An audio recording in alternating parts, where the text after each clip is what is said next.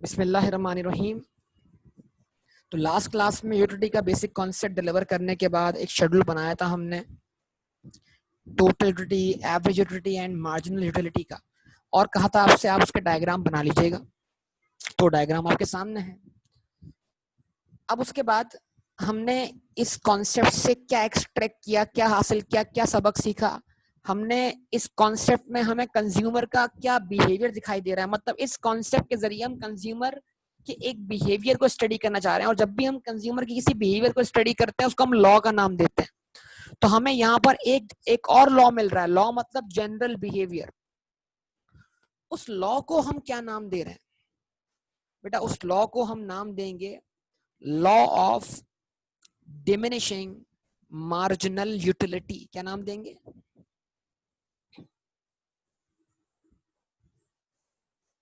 हम उस लॉ को क्या नाम देंगे?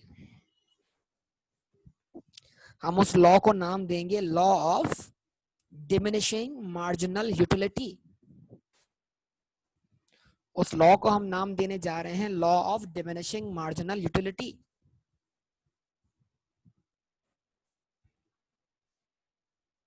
ठीक है जी। तो अब इसका मतलब क्या है? जो भी अब तक आपके सामने बैकग्राउंड बना है उस बैकग्राउंड के जरिए हम इस लॉ को समझने जा रहे हैं। ठीक है, सही है।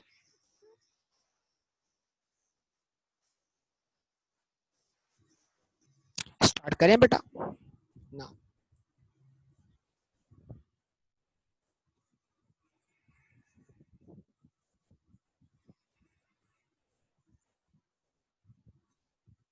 तो लगा रहे हैं हम हेडिंग किस चीज की?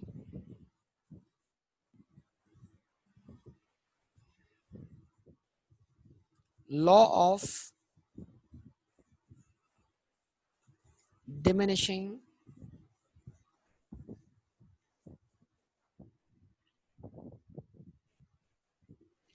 Marginal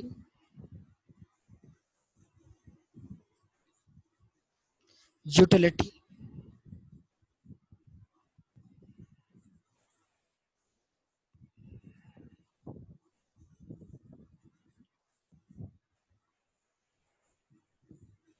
law of diminishing marginal utility.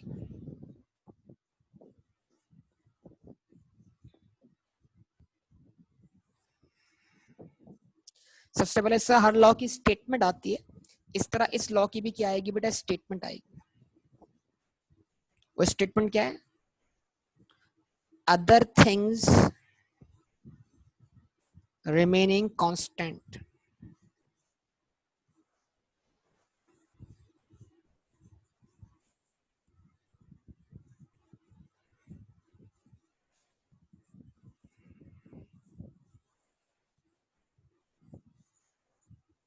when a consumer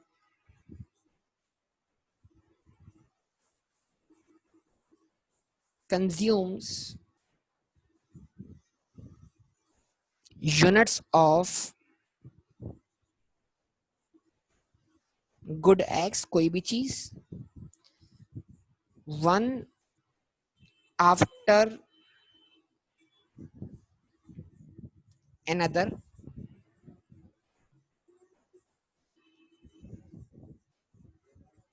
the utility obtained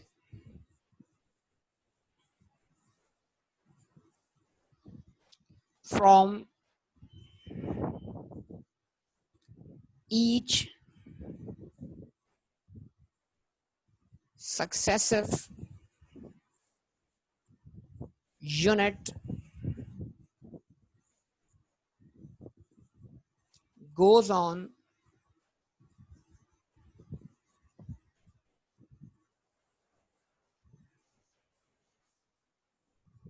diminishing. Other things remaining constant when a consumer consumes units of good X, one after another, the utility obtained from each successive unit goes on diminishing. That is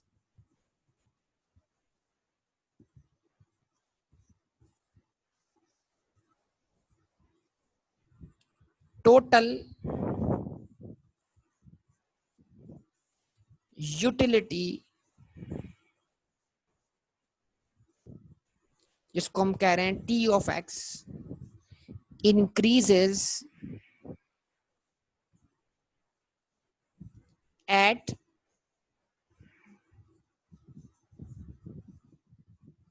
decreasing rate.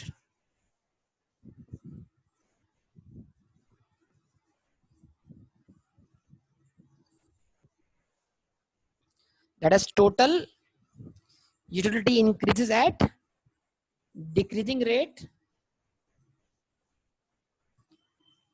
because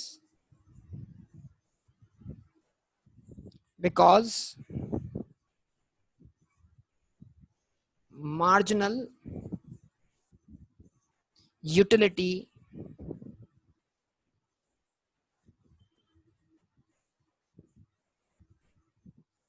mu of x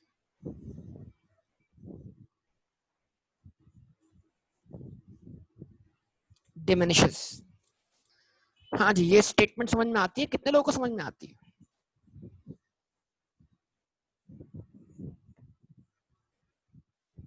जवाब दीजिए.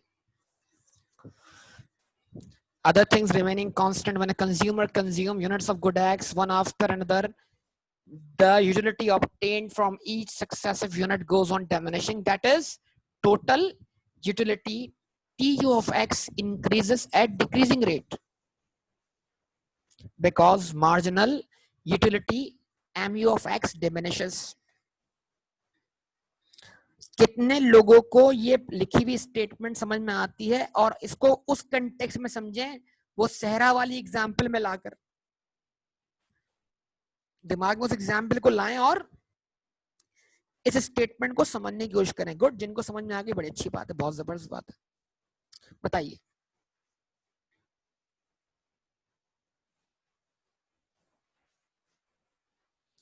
तो other things remaining constant मतलब ये कुछ assumptions होंगी इस law की भी, वो अजम्पशन आपके सामने आएंगी. When a consumer consumes, consumer मतलब Aman, when a consumer consumes good of units of good X, कि जब अमान जो था वो जूस के डब्बे एक के बाद एक कंज्यूम कर रहा था, one after another, the utility obtained from each successive unit, तो हर बाद में आने वाला डब्बा goes on diminishing, उसकी यूटिलिटी जो थी वो पहले वाले डब्बे से क्या थी, कम थी. तो हर बाद में आने वाला डब्बा, जूस का डब्बा जो वो कंज्यूम कर रहा था, उसको वो पहले से कम यूटिलिटी प्रोवाइड कर रहा था. दैट इज, हर डब्बा उसकी टोटल यूटिलिटी को इंक्रीज तो कर रहा था, लेकिन जो टोटल यूटिलिटी में इंक्रीज आ रहा था वो हर बार पहले से कम था. तो जो टोटल यूटिलिटी में चेंज आ रहा था, चेंज वो डिक्रीजिंग रेट पे आ रहा था. पहले चेंज आया 100 से, फिर आया 80 से, फिर आया 60 से, फिर आया, मतलब हर बार यूटिलिटी आगे तो बढ़ रही थी, लेकिन उसके आगे बढ़ने की स्पीड पहले से क्या थी, कम थी. क्या ख्याल है? That is, total utility increases at decreasing rate because marginal utility mu of x diminishes. Total utility increase तो हो रही थी, लेकिन उसमें जो इंक्रीज आ रहा था, पर यूनिट चेंज आ रहा था, वो पर यूनिट चेंज हर बार पहले से क्या था, कम था. उसका स्लोप जो था, स्लोप वो आहिस्ता आहिस्ता फ्लैट हो रहा था, फ्लैट. यहां तक के एक पॉइंट पर आकर क्या हो गया, स्लोप बिल्कुल फ्लैट हो गया, बिल्कुल हॉरिजॉन्टल हो गया. अगर आप पैराबोला को देखें गौर से, पैराबोला जो मैंने ब्लू कलर से बनाया है वो किसको रिप्रेजेंट कर रहा है, टोटल यूटिलिटी को. यकीन करें QMT छुपी पड़ी है इसके अंदर, डेरिवेटिव छुपा पड़ा है इसके अंदर. एक तीर से दो शिकार, डेरिवेटिव छुपा पड़ा है इसके अंदर, डेरिवेटिव इसमें मौजूद है, देखने वाला होना चाहिए.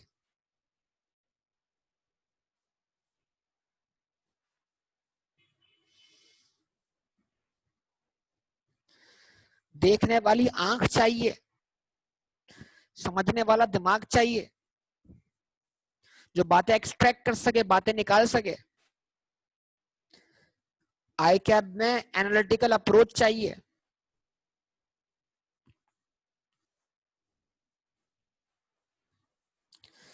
अब एग्जाम में जब ये क्वेश्चन आएगा बेटा, तो फिर वही करना है ना, पहले देनी है स्टेटमेंट, फिर बनेगा शेड्यूल एंड डायग्राम। हालांकि हम आपको समझाने के लिए शेड्यूल डायग्राम पहले बना देते हैं, लेकिन पेपर की तरतीब आपको पता होनी चाहिए ना कि आपने अपने आंसर को कैसे प्रेजेंट करना है। ये बात तो याद रहेगी ना सबको बेटा। समझाते वक्त तरतीब कुछ भी हो सकती है, लेकिन पेपर प्रेजेंटेशन का ख्याल रखना है हमने। रिस्पॉन्स दें जनाब, रिस्पॉन्स दें बेटा, आप सबका रिस्पॉन्स चाहिए। सही है, अच्छा जी, ओके। उसके बाद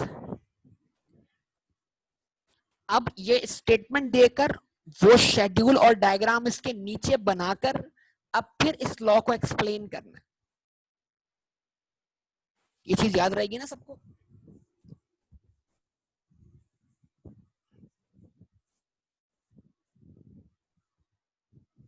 चलें जी, okay.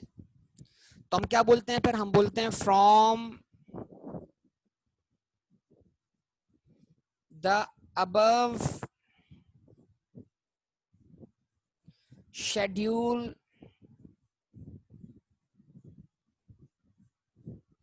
And diagram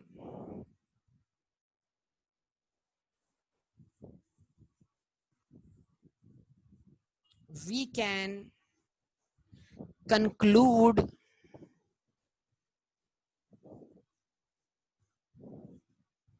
the following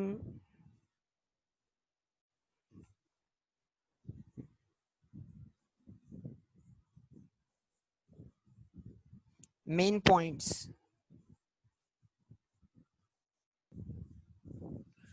From the above schedule and diagram, we can conclude the following main points.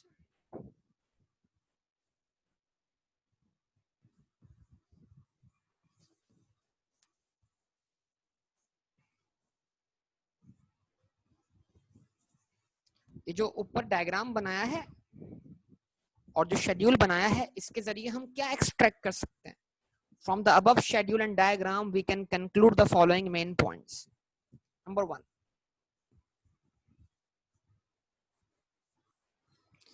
When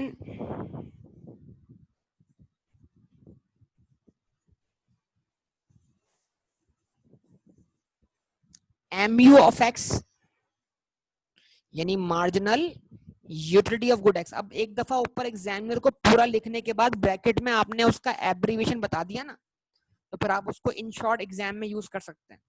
जैसे ऊपर एक दफा मैंने लिख दिया, क्या लिख दिया? ये लिख दिया।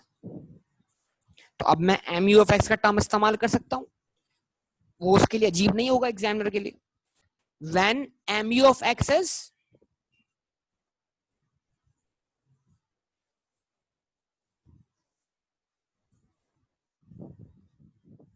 positive,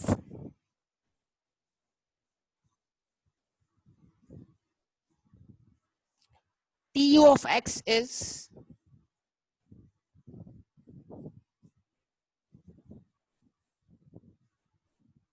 increasing. जब तक आपको मार्जिनल यूटिलिटी पॉजिटिव दिख रही है तो आपको टोटल यूटिलिटी भी बढ़ती हुई दिखाई दे रही है।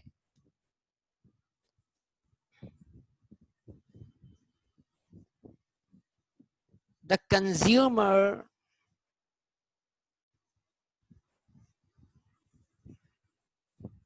is getting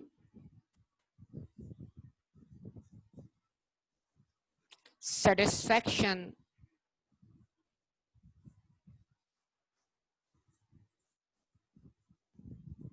from each successive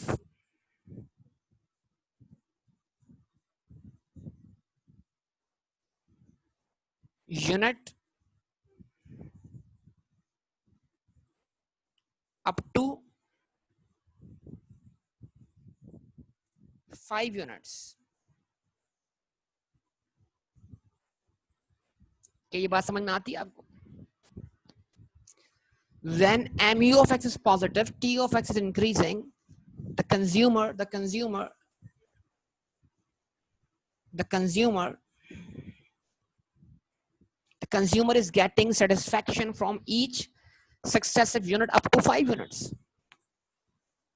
जवाब दें जरा, आइए वेरीफाई करते हैं इस बात को, समझते हैं इस बात को अच्छी तरीके से। देखिए सब लोग बराए मेहरबानी।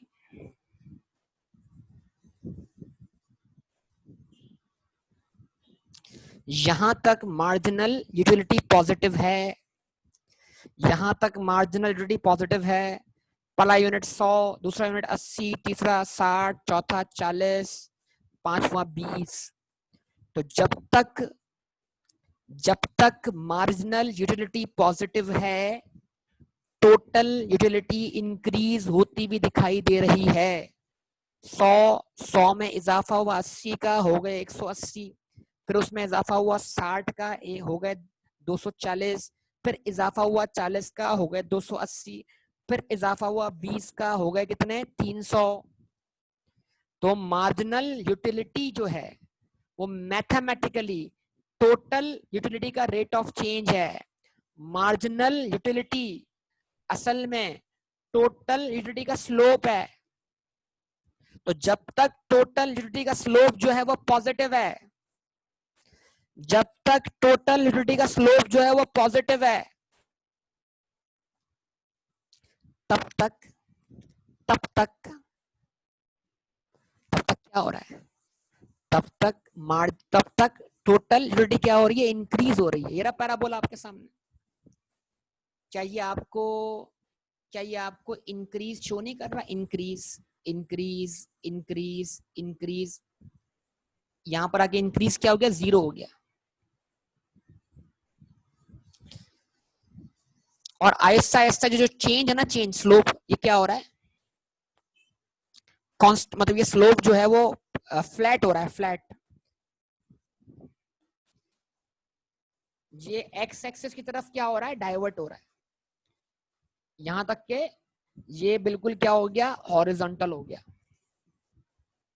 पहले ये नियर टू वर्टिकल था। तो जब जितना आपका जो कर्व होगा वो वाई एक्सिस के करीब होगा पॉजिटिव स्लोप का, उतना आपका स्लोप रेट क्या होगा, ज्यादा होगा। स्लोप की वैल्यू आपकी ज्यादा होगा। और जितना आपका स्लोप जो होगा वो एक्स एक्सिस की तरफ क्या कहते हैं, जब जितनी भी आपकी जो लाइन होगी वो लाइन एक्स एक्सिस के करीब होना शुरू हो जाएगी, तो आपका स्लोप जो है वो गिरना शुरू हो जाएगा। मैथमेटिकली हम सारी बातें जानते हैं, कि अप्लाई करने का वक्त नहीं है, गौर करने का वक्त नहीं है। मैथ्स क्यूएमटी देखो क्यों रखी है कि अपने यार, हम ये 90% बच्चा इसको जानने की तौफीक ही नहीं होती है कि क्यूएमटी का क्या रोल है आगे आके। उसको तौफीक ही नहीं, पता ही नहीं है उसको कि क्यूएमटी का कितना अहम रोल है, जो मैं पढ़ रहा हूँ आगे आने वाली चीजों में। जगह जगह क्यूएमटी मौजूद है, जगह जगह। तो मैथमेटिक्स क्यों रखी गई है शुरू में, उसका आइडिया नहीं हम लोगों को यार, समझ से बाहर है। तो बेटा यहां तक तो क्या थी बेटा, आपकी मार्जिनल यूटिलिटी क्या है, पॉजिटिव है ना। तो जब तक आपकी मार्जिनलिटी क्या है, पॉजिटिव है, total utility is what, increasing. Yes और नो जवाब चाहिए होगा आप सबका।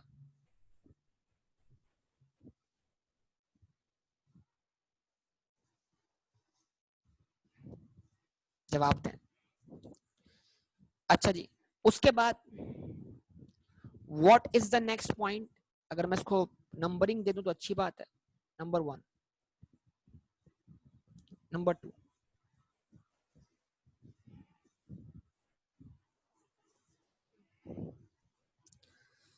ठीक है। नंबर 2 क्या है,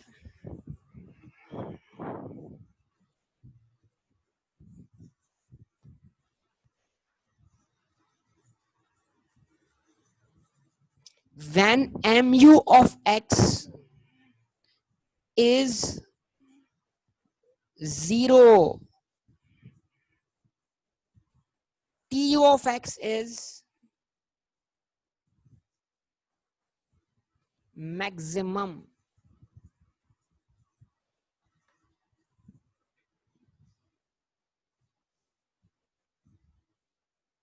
जवाब दें। The consumer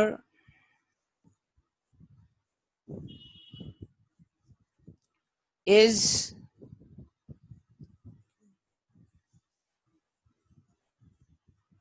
fully satisfied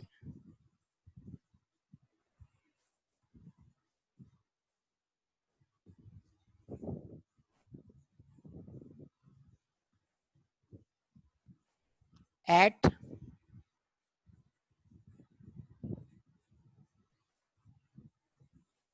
6 units. क्या ख्याल है?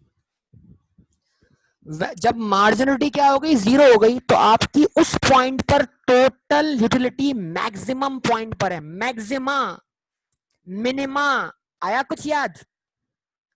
मैक्सिमा, मिनिमा, क्या कहते हैं? देख लो, डेरिवेटिव निकल के आ रहा है इधर ही, सीख लो, वक्त है। इकोनॉमिक्स के साथ एएससी का रिवीजन वैसे ही हो जाएगा।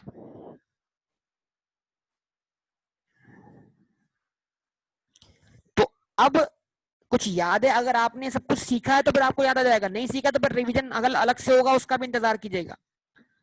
अच्छा जी, मैं आपको याद दिलाता हूं। देखिए, जिस फंक्शन का आपका मैक्सिमम और मिनिमम पॉइंट निकालना था आपने, आप लेते थे उसका फर्स्ट ऑर्डर डेरिवेटिव, यस और नो? आप उसका लेते थे फर्स्ट ऑर्डर डेरिवेटिव, यस और नो? फर्स्ट ऑर्डर डेरिवेटिव लेकर वो फंक्शन मार्जिनल फंक्शन बन जाता था। उस फंक्शन को आप ओरिजिनल फंक्शन से मार्जिनल फंक्शन बना दिया करते थे, यस और नो? यानी वो स्लॉप फंक्शन बन गया। उसको आपने y डैश से डिनोट किया, y डैश से, वो रेट ऑफ चेंज वाला फंक्शन बन गया। अब आप बोलते थे फंक्शन भाई, यानी y डैश की वैल्यू आप जीरो पुट करते थे। जीरो, जीरो पुट करने का मतलब क्या है? Zero slope. तो आप बोलते थे फंक्शन भाई मुझे ये बताओ, जब स्लोप की वैल्यू जीरो है तो x की वैल्यू कितनी है? यानी x की कितनी वैल्यू पे स्लोप जीरो है? क्योंकि x की जितनी वैल्यू पे स्लोप जीरो होगा उतनी वैल्यू पर मेरा फंक्शन क्या होगा? मैक्सिमम होगा या मिनिमम होगा?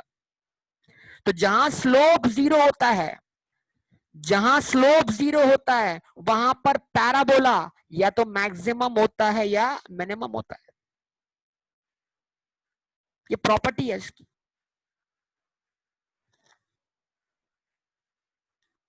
तो अगर मार्जिनल टोटल का स्लोप है, अगर मार्जिनल टोटल का स्लोप है, आइए समझ लेते हैं। अगर मार्जिनल टोटल का स्लोप है तो यहां पर मार्जिनल जीरो है और टोटल यहां पे 300 है, यानी स्लोप जीरो है। जहां स्लोप जीरो है वहां टोटल मैक्सिमम है, जहां मार्जिनल जीरो है वहां टोटल मैक्सिमम है। क्या कहते हैं? तो अगर मेरे पास सुने, मैं अब आपको लिंक करता हूं, क्यूएमटी से मैं लिंक कर रहा हूं, इसलिए कर रहा हूं कि आपकी बात बन जाए। अगर मेरे पास टोटल यूटिलिटी का मैथमेटिकल फंक्शन होता, क्या होता? अगर मेरे पास क्या होता, सुनिएगा गौर से, एक तीर से दो शिकार होने जा रहे हैं बेटा। अगर मेरे पास टोटल यूटिलिटी का मैथमेटिकल क्या होता? फंक्शन होता, तो मैं उसका लेता डेरिवेटिव, यस और नो? लेता। उससे वो फंक्शन टोटल यूटिलिटी फंक्शन से क्या बन जाता? मार्जिनल यूटिलिटी फंक्शन, यस और नो? उस मार्जिनल यूटिलिटी फंक्शन में मैं y डैश की वैल्यू यानी मार्जिनल यूटिलिटी की वैल्यू क्या पुट करता? जीरो पुट करता y एक्सेस पर। आफ्टर, तो मुझे x की वैल्यू क्या मिलती? 6 मिलती, 6।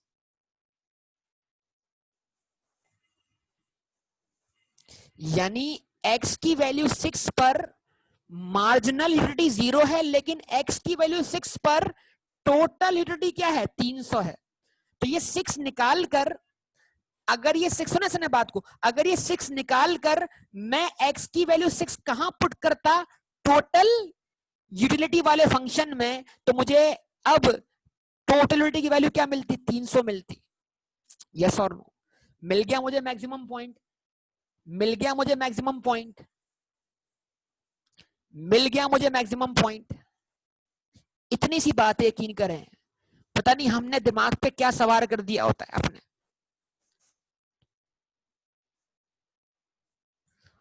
तो रिवीजन में दोबारा बात करूंगा, फिक्र ना करें इंशाल्लाह। लेकिन जो बच्चे यहाँ मौजूद हैं वो ज्यादा फायदे में हैं।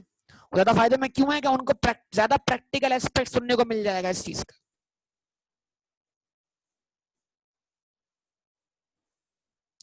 समझे बात को? तो उम्मीद करता हूं कि आपको दोनों बातें। तो इसका मतलब क्या है? When marginal utility is zero, total utility is what? Maximum. जब मार्जिनलिटी जीरो है वो टोटलिटी क्या कर देता है? मैक्सिमम कर देता है। मतलब उस पॉइंट पर एक्स की उस वैल्यू पर जहां पर मार्जिनलिटी जीरो है, उसी एक्स की वैल्यू पर टोटलिटी क्या है? मैक्सिमम है। और टोटल यूटिलिटी मैक्सिमम होने का हम मतलब क्या ले रहे हैं कि इस पॉइंट पर वो फुली सेटिस्फाइड हो चुका है, बोला अब भाई अब कोई गुंजाइश नहीं है, इससे आगे अब कोई गुंजाइश नहीं है। अगर इससे आगे मैं जाऊंगा तो मैं जो यूटिलिटी हासिल कर चुका हूं वो मेरी यूटिलिटी कन्वर्ट हो जाएगी डिसयूटिलिटी में। यूटिलिटी कन्वर्ट हो जाएगी डिसयूटिलिटी में। सेटिस्फेक्शन कन्वर्ट हो जाएगी किसमें? डिससेटिस्फेक्शन में। अगर उसने और कंजम्पशन जारी रखी तो। यस और नो? क्या ख्याल है?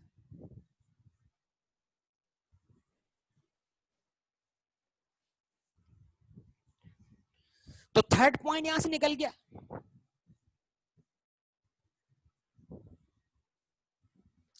और थर्ड पॉइंट क्या निकल कर आया?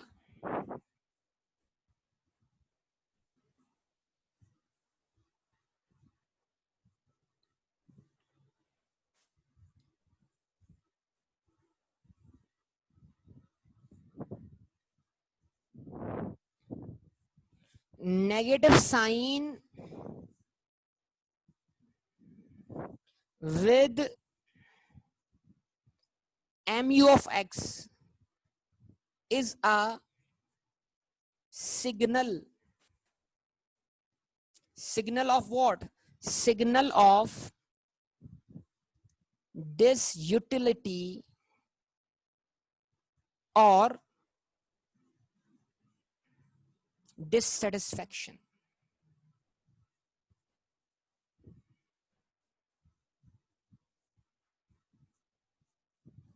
क्लियर बेटा? जब mu नेगेटिव हो गया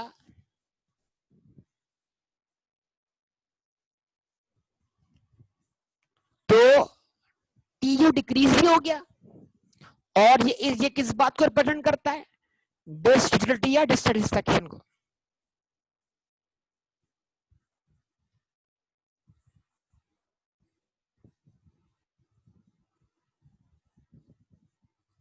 दैट इज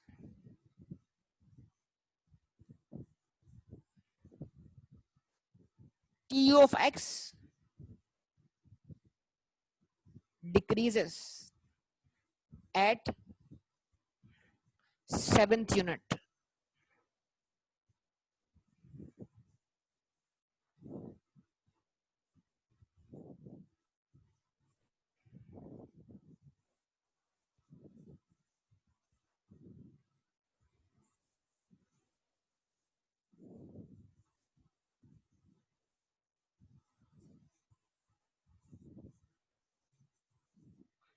ये अभी मेरी एक्सप्लेनेशन कंप्लीट नहीं हुई बेटा। अब इस पे एक सवाल रेज होगा। सवाल क्या है?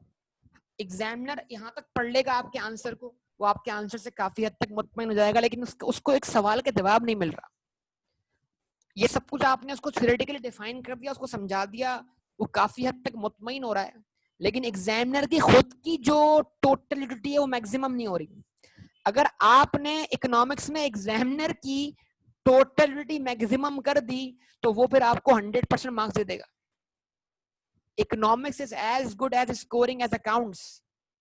याद रखिएगा, इकोनॉमिक्स भी इतना ही स्कोरिंग है जितना अकाउंट्स है।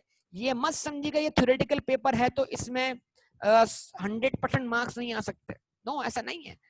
ये आई कैप है और इसमें पॉइंट स्कोरिंग है। पॉइंट, जितने पॉइंट्स दरकार हैं वो लिखते जाएं और स्कोर करते जाएं। सिंपल, ठीक है? तो अब एग्जामिनर के दिमाग में सवाल यहाँ पर क्या आ रहा है कि यार इसने सब कुछ तो बता दिया, इसने बोला ऐसा हो रहा है, लेकिन इसने अब तक ये नहीं बताया ऐसा हो क्यों रहा है, वाई। उसको वाई का जवाब नहीं मिल रहा, why does this happen, so why marginality diminishes, why consumer behaves like this, क्यों हर बार हर अगला यूनिट उसको देखा ऐसा हो रहा है, हम जानते हैं ये फैक्ट है, ये बिहेवियर है, ऐसा हो रहा है, ये आप सबने भी फील कर लिया ऐसा हो रहा है, लेकिन अब ऐसा हो क्यों रहा है, ये इस सवाल का जवाब भी तो चाहिए ना, व्हाई डज दिस हैपन सो। जब ये जवाब दिया जाएगा तब हमारा ये टॉपिक क्या होगा, कंप्लीट होगा।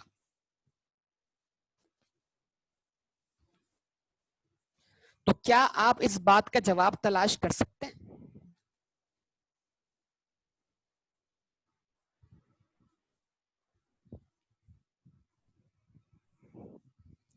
क्या आप इस सवाल का जवाब दे सकते हैं? बताइए कैसा क्यों हो रहा है? इस बात का जवाब देने के लिए आपको दोबारा मेरा वो लेक्चर देखना पड़ेगा, कौन सा वाला, जो मैंने इनिशियली कॉन्सेप्ट डिलीवर किया था आपको, यूटिलिटी का, सेटिस्फेक्शन का, जो सबसे पहला लेक्चर था, जिसमें हम चले गए थे सहरा में, आखिर में गए थे, लेकिन लेक्चर के शुरू में बहुत सारी मैंने बुनियादें रखी थी, उन्हीं बुनियादों में मैंने उन सवालों का जवाब दिया जो मैं अब आपसे पूछ रहा हूँ। और अगर आप अभी मेरे सवाल का जवाब नहीं दे पा रहे, इसका मतलब यह है कि आप उस लेक्चर को भुलाकर क्या कर रहे हैं, इस लेक्चर को पढ़ रहे हैं, जो कि अच्छी बात नहीं है।